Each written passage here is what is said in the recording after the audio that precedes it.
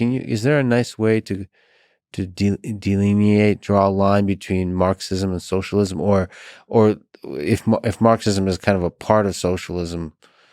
That's better. Can you speak to, like, maybe try to define once again what Marxism is and what socialism is? Right. Marxism is a systematic analysis heavily focused on economics, and as I said earlier, devoted to mostly a critique of capitalism, and that's its strength, how it does that, how it poses the questions, how it analyzes the way capitalism works. That is really the forte of the Marxist tradition. Socialism is a bigger, broader tent within which Marxism figures. It's there so that people who aren't Marxists are nonetheless aware of Marxism, like it more or less, study it more or less. But it's a broader notion that I like to use this sentence to describe.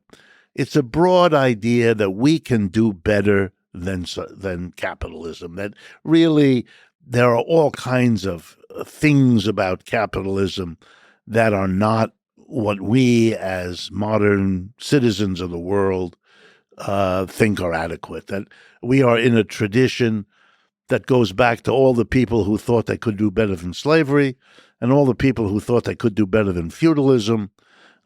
We've made progress. Feudalism was a progress over slavery. Capitalism was a progress over both of them, and progress hasn't stopped. And we are the people who, in a variety of ways, want the progress to go further and are not held back by believing that capitalism is somehow the best beyond which we cannot go or even think. We find that to be, in the worst sense of the word, a reactionary way of thinking.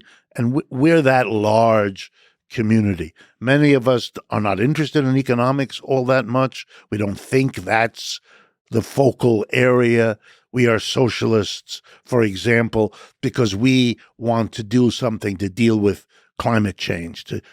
We think the world is about to kill itself physically, and we want to take steps with other people to stop that, to fix that, et cetera, et cetera. So that's for me a kind of difference. It's a little difficult to say because there's no other figure like Marx that has an equal impact, an equal place within the broad socialist tradition. And the only tradition that comes close might be the anarchist tradition, but that's very specialized, and that's a whole nother kind of conversation. And whatever you say, the influence of the great anarchist thinkers, Kropotkin, Bakunin, Sorel in France, and others, still doesn't amount to the impact that Marx and Marxism have had so far. That could change, but I mean, up to this point, that's the, I think that's a way of understanding the relationship. Yeah, that's an interesting that some of the ideas within anarchism, and of course it's one of the more varied disciplines, right? Because there's such, maybe by definition, such variety in their thinkers, but they kind of stand for a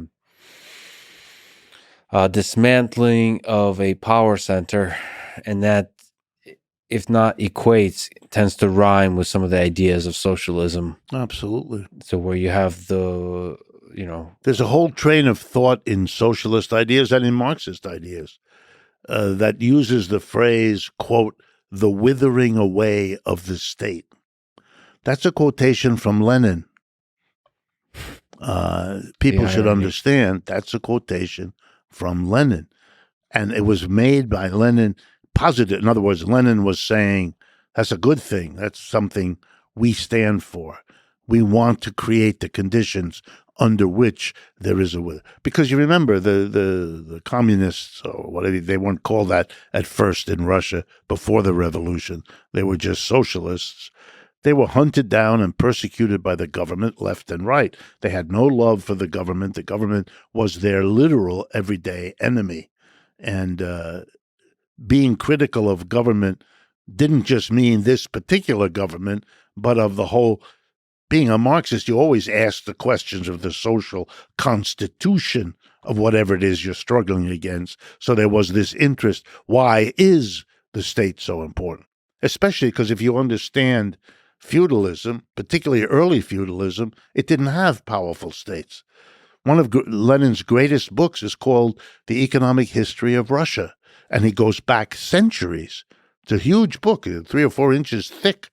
And I'm one of the few people who've read it. And he's very good about the absence of a strong central government in many parts of feudalism, including inside Russia, but also in other parts of Europe.